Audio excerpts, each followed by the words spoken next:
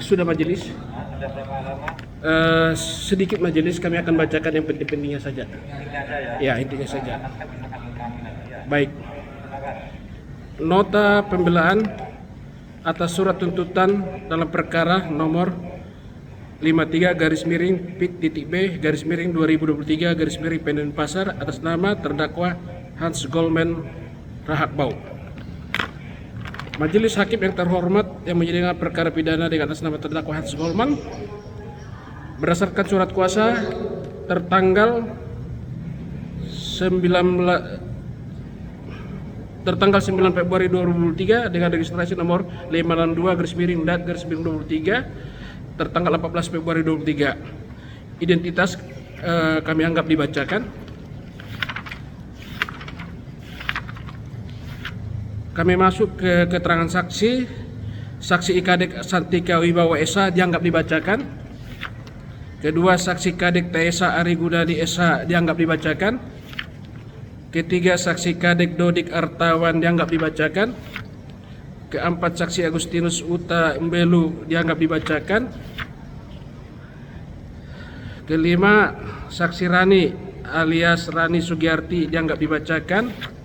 Keenam, saksi Iputu Eka Putra penyidik dianggap dibacakan. Ketujuh, saksi Ade Chats bernama Sofieti Rahakbau dianggap dibacakan. Keterangan terdakwa atas nama Hans Goldman Rahakbau dianggap dibacakan. Kami masuk ke analisa fakta hukum dan juridis. Bahwa dalam BAP para saksi termasuk BAP dari terdakwa sudah sangat jelas duduk perkara yang sebenarnya, karena tujuan pemeriksaan perkara di persidangan adalah untuk mengungkapkan mencari kebenaran material dan perkara yang diajukan oleh JPU.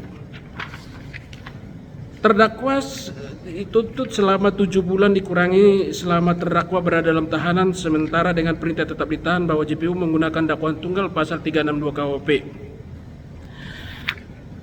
Bahwa ketika terjadi pemeriksaan saksi, ternyata saksi korban tidak datang, padahal sudah dipanggil secara patut. Sebagaimana amanat pasal 160 KUHP, tentu kami menolak agenda pemeriksaan saksi karena semestinya yang harus diperiksa terlebih dahulu adalah saksi korban sesuai dengan pasal 160 KUHP. Kami lanjut bahwa saksi korban tidak mau datang ke muka persidangan karena menurut saksi korban dari hasil percakapan pihak WhatsApp bahwa saksi korban sudah berdamai dengan terdakwa dan saksi korban pun sudah mencabut laporannya di Polda Bali. Bahwa oleh karena itu saksi korban pun sudah mencabut laporannya di Polda Bali, maka tidak perlu hadir di persidangan. Jika ternyata penyidik Polda Bali yang meneruskan perkara ini, tentu kesalahan dari penyidik Polda Bali, karena juga perkara yang sudah berdamai dan sudah mencabut laporan di Polda Bali tidak perlu diperkarakan lagi. Jadi jikapun perkara nomor 53-B/2023 Denpasar diperiksa di muka persidangan, tentulah pekerjaan penyidik atau oknum polisi yang sangat dikategorikan sebagai perbuatan kejahatan. Dalam persidangan memang sudah terungkap tingkah laku penyidik Polda Bali ini dapat dikategorikan suatu tindakan kejahatan karena: 1. Saksi Iputu Eka Putra penyidik dengan sengaja tidak melampirkan dalam berkas perkara yaitu surat perdamaian dan pencabutan laporan yang dibuat oleh saksi Rani. Bahwa adapun alasan saksi Putu Eka Putra penyidik tidak melampirkan surat perdamaian dan pencabutan dalam berkas perkara adalah karena tidak ada saksi. Bahwa menurut hemat kami alasan ini yang tidak masuk akal. Bahwa di mana-mana saksi itu bisa kok dari penyidik sendiri atau dari penasihat hukum terdakwa, tetapi tidak ada niat baik dari penyidik untuk melakukan RJ restoratif justice. Bahwa kami tidak melihat saksi Putu Eka Putra penyidik, bahwa kami melihat saksi Iputu Eka Putra penyidik sangat jahat. Mungkin kami menduga karena terdakwa tidak mempunyai uang untuk memberi penyidik. Kedua, bahwa saksi Iputu Eka Putra penyidik dengan sengaja tidak memanggil atau tidak menghubungi kami penasihat hukum terdakwa dalam proses tahap 2 atau P21. Padahal sangat jelas terdakwa pada tanggal 7 Desember 2022 sudah menggunakan penasihat hukum, dan kami selaku penasihat hukum terdakwa sudah beberapa kali ketemu dengan saksi penyidik yang bernama Iputu Eka Putra. 3. Saksi Putu Eka Putra penyidik dengan sengaja tidak melampirkan dalam berkas perkara surat kuasa dari terdakwa, dalam hal ini dari kantor law firm Raymond Simambo & Partner. Bahwa telah terungkap di muka persidangan saksi Putu Eka Putra selalu berbohong di muka persidangan, di mana menurut saksi Putu Eka Putra penyidik yang membuat surat perdamaian dan pencabutan laporan adalah saksi korban Rani. Katanya Rani yang membawa ke Polda Bali, akan tetapi setelah terdakwa diperiksa di muka persidangan ternyata yang membawa surat perdamaian dan pencabutan laporan di Polda Bali adalah saksi Iputu Eka Putra penyidik. Akan tetapi sangat disayangkan saksi Iputu Eka Putra penyidik tidak melengkapi dalam berkas perkara. Menurut hemat kami, tujuan saksi Iputu Eka Putra penyidik adalah agar terdakwa tetap diproses di muka persidangan. Dengan diprosesnya di muka persidangan terhadap terdakwa ini adalah sebenarnya keinginan yang sangat jahat dari saksi Iputu Eka Putra penyidik. Sebab orang yang sudah berdamai, sudah mencabut laporan di Polda Bali, mengapa diperkarakan lagi? Dengan 3 alasan di atas, sudah patutlah diduga penyidik Reskrim Polda Bali beretikat buruk dan jahat terhadap terdakwa. Apakah karena terdakwa sebagai orang pendatang? Karena hal itu yang kami rasakan, jadi tidak berlebihan kami menyampaikan hal ini muka persidangan yang mulia ini. Karena ada banyak perkara-perkara tindak pidana umum seperti penganiayaan, penipuan, pencurian, apalagi sudah berdamai atau tersangka terdakwa dengan korban dan laporan sudah dicabut, penyidiknya tidak melanjutkan di muka persidangan. Dan penyidik bersangkutan bisa mengeluarkan SP3, surat perintah penghentian penyidikan. Namun agak lain penyidik Iputu Eka Putra. Ada apa ini semua? Berkaca dari hal tersebut, sudah sepantasnya apabila kita yang hadir dalam persidangan ini kembali mengutuk hati nurani masing-masing dan melihat dan mempelajari dengan seksama perkara yang tengah kita hadapi.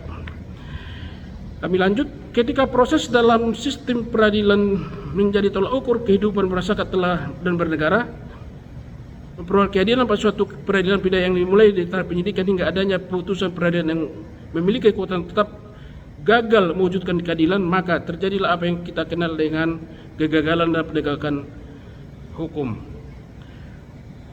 Kami lanjut bahwa kami tidak akan menguraikan unsur-unsur pasal 362 KUHP yang diterapkan kepada terdakwa karena sangat jelas dari keterangan saksi yang dihadirkan oleh JPU, semua saksi tidak ada yang melihat terjadinya peristiwa pencurian sebagaimana yang dimaksud pasal 362 KUHP.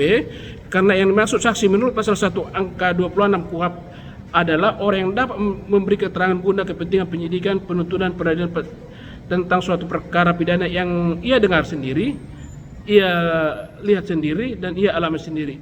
Keempat orang saksi yaitu saksi atas nama Ikadek Adi Santika Wibawa Esa, 2 Kadek Tesa Ari Gunadi Esa, ketiga Kadek Dodik Artawan, keempat Agustinus Utambelu tidak ada melihat, tidak mendengar sendiri dan tidak mengalami sendiri, sehingga kualitas saksi sendiri hanyalah sebagai petunjuk saja. Jadi keempat saksi tersebut tidak mempunyai nilai sebagai saksi.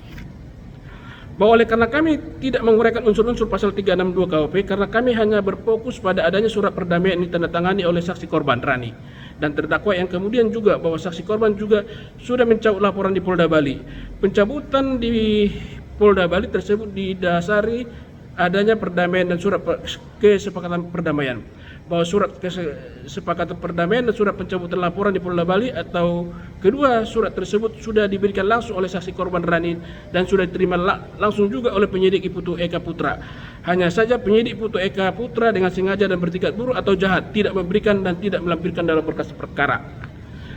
Bahwa penasihat hukum terdakwa lah yang berjuang keras dan menyuarakan secara lantang di muka persidangan mengatakan bahwa penyidik yang bernama Iputu Eka Putra harus dihadirkan sebagai saksi perbalisan di muka persidangan karena secara sengaja tidak melampirkan surat kuasa dalam berkas perkara, kedua tidak melampirkan surat kesepakatan perdamaian dan surat pencabutan laporan di Polda Bali, tiga tidak memanggil penasihat hukum terdakwa dalam proses tahap 2 atau P21. Dengan kesengajaan tersebutlah perkara ini tetap bergulir di muka persidangan sehingga tidak perlu JPU menuntut terdakwa selama 7 bulan dikurangi selama berada dalam tahanan karena ini adalah kesalahan yang sengaja dari penyidik yang bernama Iputu Eka Putra. Dengan tetap bergulirnya perkara ini di muka persidangan tentu sudah secara nyata ada pelanggaran HAM yang dilakukan penyidik yang bernama Iputu Eka Putra, bahwa penyidik yang bernama Iputu Eka Putra telah menyalahgunakan wewenangnya yang melampaui batas dan telah melabrak peraturan perundang berlaku. Dapat dibayangkan jika berdasarkan kesepakatan perdamaian yang dibuat dan ditandatangani saksi korban Rani dan juga telah ditandatangani oleh terdakwa pada tanggal 27 Desember 2022, memang dalam surat itu tidak ada tanda tanggalnya, tetapi itu disengaja oleh penyidik karena yang membuat surat perdamaian adalah penyidik. Dan surat pencabutan laporan di Polda juga terjadi pada tanggal 27 Desember 2022. Memang juga dalam surat itu tidak ada tanggalnya, tetapi itu disengaja oleh penyidik karena yang membuat surat perdamaian adalah penyidik.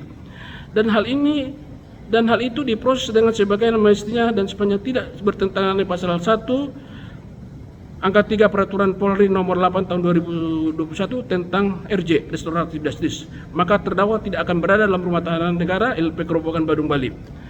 Bahwa dengan adanya dua surat yaitu surat kesepakatan perdamaian dan surat pencabutan laporan di Polda Bali, sudah semestinya terdakwa harus sudah dituntut seringan-ringannya karena terdakwa sudah ditahan sejak tanggal 24 November 2022 sampai perlu kami sampaikan pada tanggal 9 Maret 2023. Berarti sudah lebih kurang 4 bulan. Sudah semestinya terdakwa dituntut atau divonis kelak seringan-ringannya. Bahwa kami sebagai penasihat hukum terdakwa tentu tidak mengabaikan maksud pasal 362 KUHP.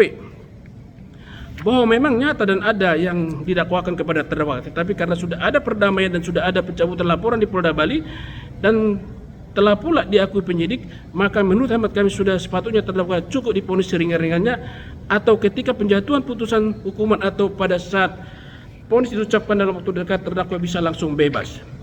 Oleh karena itu sangat besar harapan kami kiranya majelis hakim yang terhormat yang menganalisa kasus ini dari sudut keadilan, karena bagaimanapun kita sebagai negara hukum yang harus mengedepankan keadilan untuk menerapkan hukum sebagai supra konstitusi, bahwa keadilan haruslah selaras dengan semangat law enforcement. Dengan adanya pengakuan dari saksi Ibu Putra penyidik bahwa sudah ada surat pernyataan perdamaian dan sudah ada surat pencabutan laporan di Polda Bali, semestinya IPU tidak perlu lagi menuntut terdakwa selama 7 bulan. Sebenarnya cukup yang seringan-ringannya. Perhitungannya adalah karena terdakwa sudah menjalani masa tahanan lebih kurang 4 bulan sejak 24 November 2022 sampai saat ini. Di samping itu juga JPU tidak mampu menghadirkan saksi korban Rani dan tidak ada lagi kerugian yang dialami oleh saksi korban Rani, terbukti dengan adanya surat pernyataan perdamaian dan surat pencabutan laporan di Polda Bali. Kami lanjut. Kami sebagai penasihat hukum terdakwa berharap hendaknya JPU tidak menyesatkan terdakwa dan menjerumuskan terdakwa ke dalam penjara. Kami lanjut. Oleh karena itu sangat besar harapan kami kiranya majelis yang terhormat dapat menganalisa kasus ini dari sudut keadilan. Kami lanjut.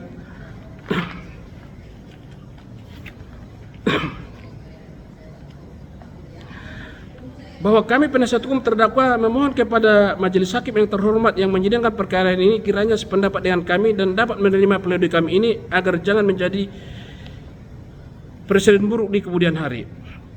Kesimpulan, sebagaimana kita ketahui bersama, pledoi ini merupakan ujung tombak yang amat penting guna mematahkan argumentasi penuntut umum yang tidak mempunyai dasar hukum untuk diajukan perkara di muka persidangan. Maka kami lanjut. Oleh karenanya menurut pandangan kami sebagai penasihat hukum, maka sudah sepantasnya majelis hakim yang terhormat dalam menjatuhkan putusan yang seadilnya terhadap terdakwa sesuai dengan fakta-fakta persidangan. Di samping itu majelis hakim yang terhormat suri kiranya mempertimbangkan hal-hal berikut ini. 1. Bahwa terdakwa tulang punggung keluarga. 2. Bahwa terdakwa belum pernah dihukum. 3. Terdakwa menyesali perbuatannya. 4. Terdakwa berjanji tidak akan mengulangi lagi.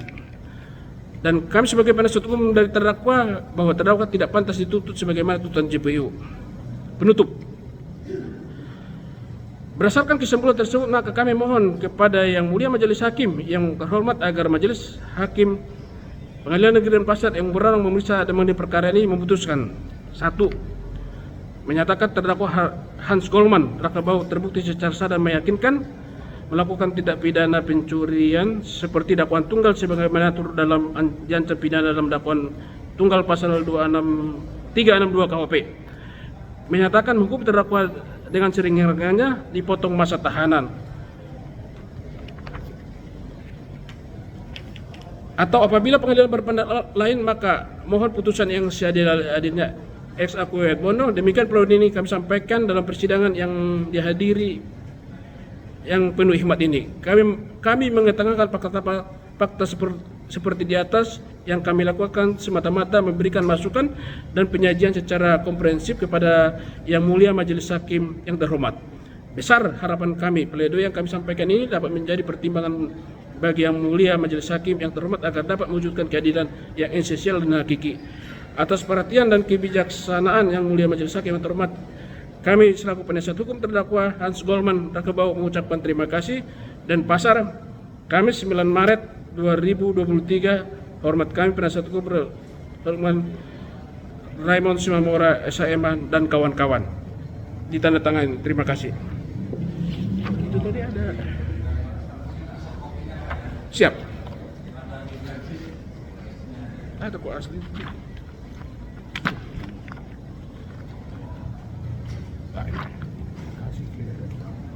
Ini kasih ke jaksa.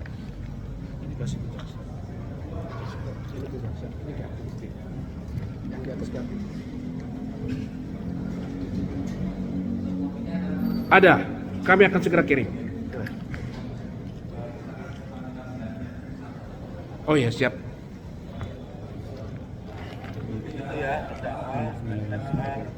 Dari negara yang punya tadi pemerintahan dengan alamat saja perdamaian dan MC tadi itu ya.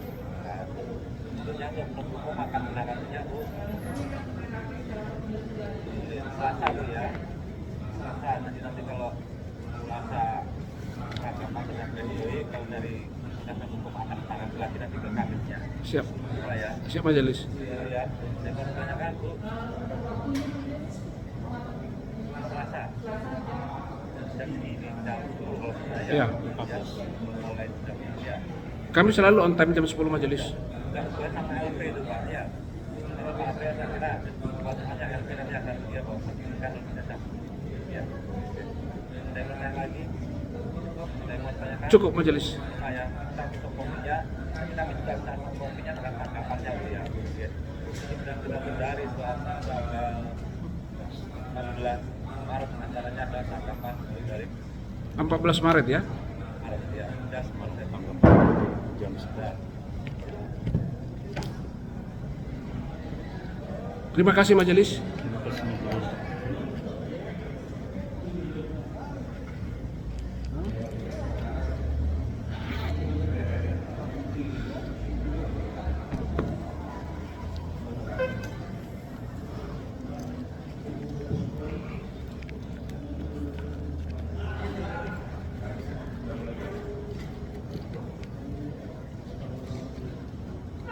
Kan nggak ada lagi sidang kali itu.